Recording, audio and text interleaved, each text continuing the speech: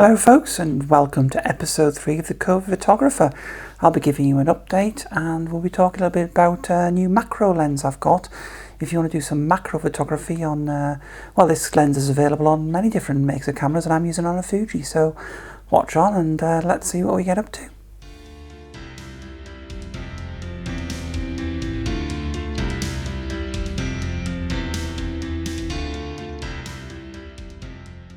Hey folks, so I picked up the TTArtisans macro lens. It's a 40mm F2.8 lens and I'm using it on Fuji. Just going to see if the camera will focus on it here. It's deciding whether to focus on it, hang on. As it keeps seeing me, there it's got it, see. And what we've got is we've got a very unusual lens cap going on here which screws on and off. And the lens itself does extend quite a little bit, as you can see, out of the camera. But this doesn't really interfere with its use. It's a metal construction, so very well made, and it does do 1-to-1 on the macro photography there. So you're not going to have any problems with using it for true macro photography. So you've got quite a comprehensive little lens there, and it's only £100, which is, when you think about it, some macro lenses are £600-700, some are over £1,000. Very, very expensive, so you've got to bear this in mind when you look at the images. So to keep the review very short, and so we can do an update about my recovery and how I'm getting on, because I can only do quite short videos at the minute because of my endurance, shall we say, but I'll go into that in a bit more detail later at the end.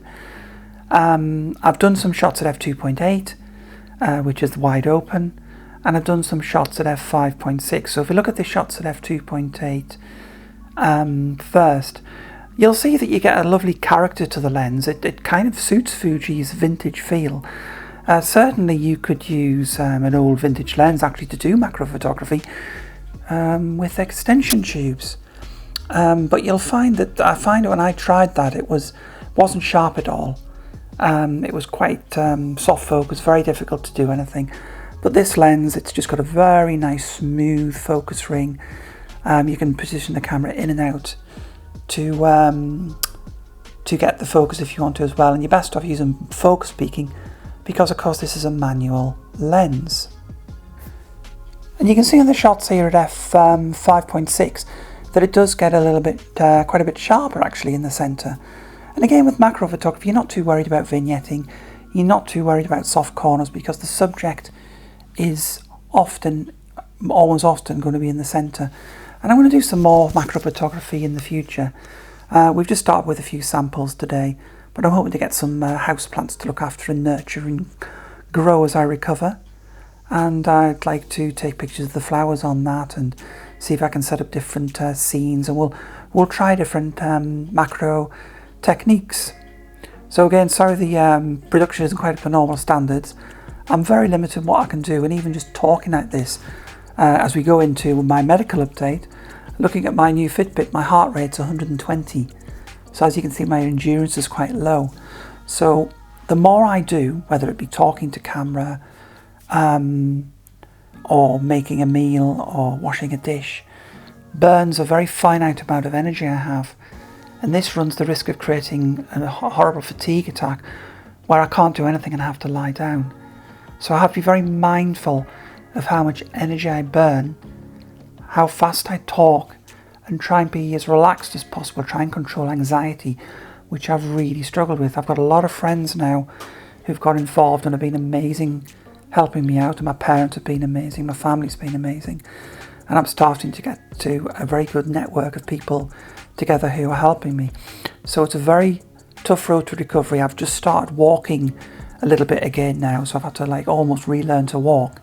This week I'm going to concentrate on walking to and from the kitchen, and then as I get growing confidence and less anxiety, I'll start walking to the bathroom instead of using a chair to sort of move around on, because I was on a wheelie chair. And it'll grow from there.